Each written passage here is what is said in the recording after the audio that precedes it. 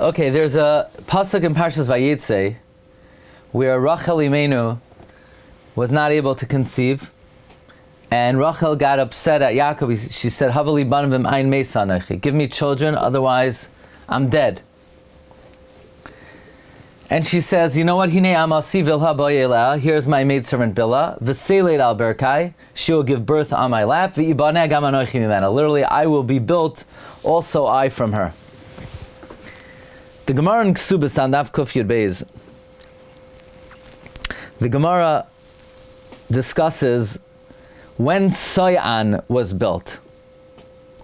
The Gemara says something very interesting. It says, Chevron Sheva Shanim Nivnasa Lefnei Tzayin Mitzrayim. Chevron, who was, by the way, given to Canaan,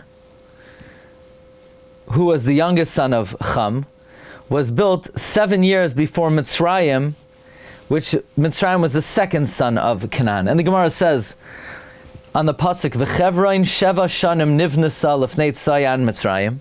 The Gemara says, what does Nivnasa mean? Ilema nivnasa mamish. If nivnasa means it was actually built, efshar adam boina bayis levnai kata and kaidem shivna levnai gadol. Is it possible that a person would build a house for his youngest son before his older son?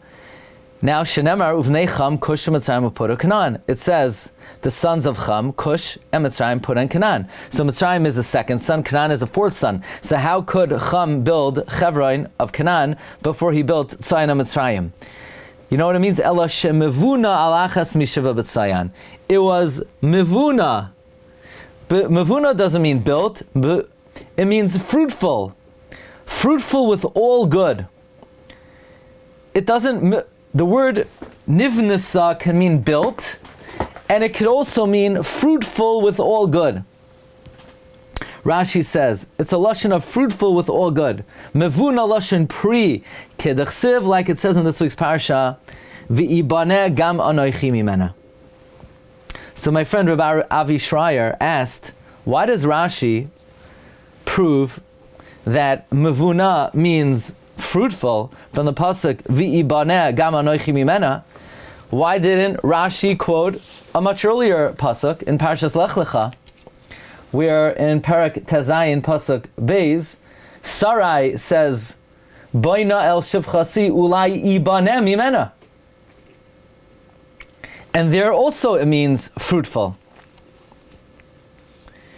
So I would humbly suggest that Rashi specifically brought a proof from the Ibaneh by Rachel and not by Sarah.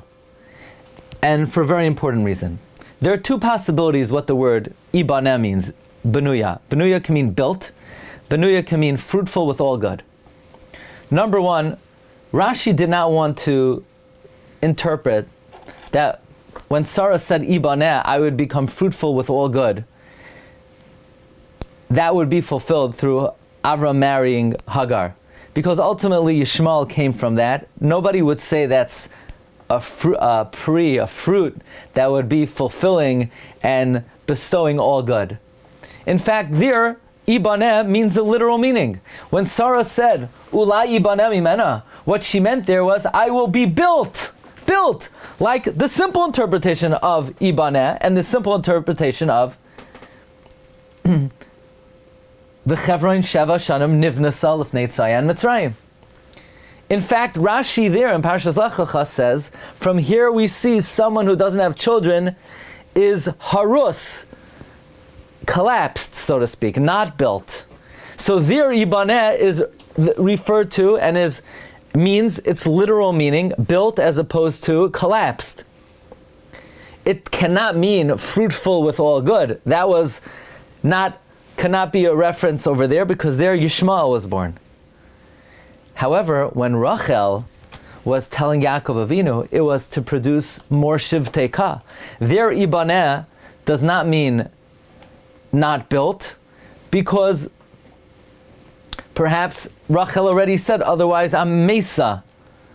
So that was already referenced. Here Rachel said more than that. Ulai Ibaneh mimena. Here Ibaneh doesn't mean built, it means benuya b'chal tov, and that's why Rashi in Ksubais specifically refers to the Ibaneh of Rachel and not the Ibaneh of Sarah. Okay, Rabbi Yehuda, I want to welcome you. I want to invite you to join us tonight at 8:30 for an amazing shiur on the subject of Melava Malka and continuing Kedusha Shabbos throughout the week. 8:30 tonight. Have a great day. Thank you for joining.